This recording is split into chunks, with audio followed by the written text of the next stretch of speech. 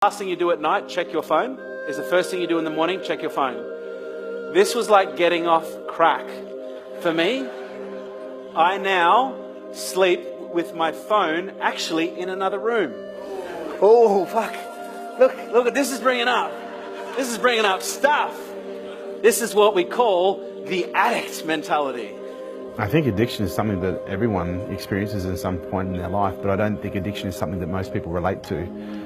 You know, I think addiction is one of those things that most people see that other people have as an issue. What you've got to understand is all device manufacturers have developed their devices to actually release endorphins and dopamine. Now, what do you think drive addiction? Endorphins and dopamine. Your devices are literally addictions.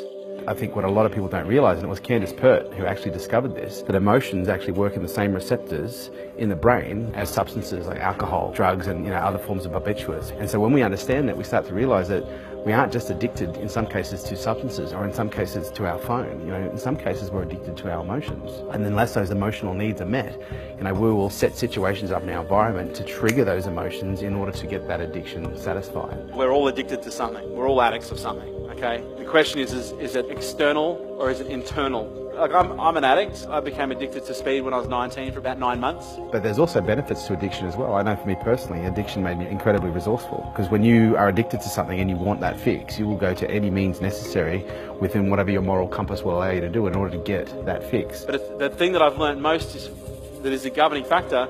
Unless you're dealing with a person who is admitting that there's a problem, transformation will not take place. Unless you're dealing with a person who comes forward and goes, okay, I've finally realized the consequences of my current situation, the consequences of my current way of thinking are producing a result that are not helping me. Unless someone's got to that point, the chance of transformation is very unlikely. You've got to be willing to admit that there's a problem, which is not a bad thing, it's a great thing. It actually means that you're ready to grow. And in order to admit that there's a problem, there's got to be a level of consciousness. You've got to be aware, and you've got to be thinking, should I really be drinking this beer?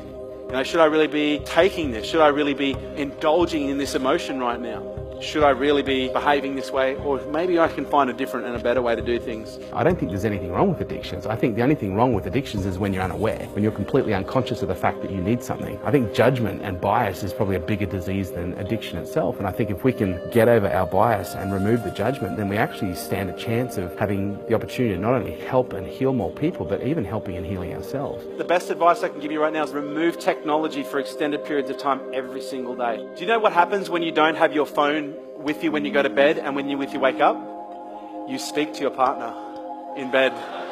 Yeah, because before, my wife and I would wake up and then all you'd hear is because when people view addiction as something that is bad, it's a label as bad, it's oftentimes when it has a negative association. It's not one that they ever want to give to themselves. So when we have this bias, when we have this judgment in the public space that is so negative, why would someone want to admit that they're an addict? And if they can't admit they're an addict, how are they going to get help? So I think, we need to, as a community, need to start looking at and viewing addiction differently.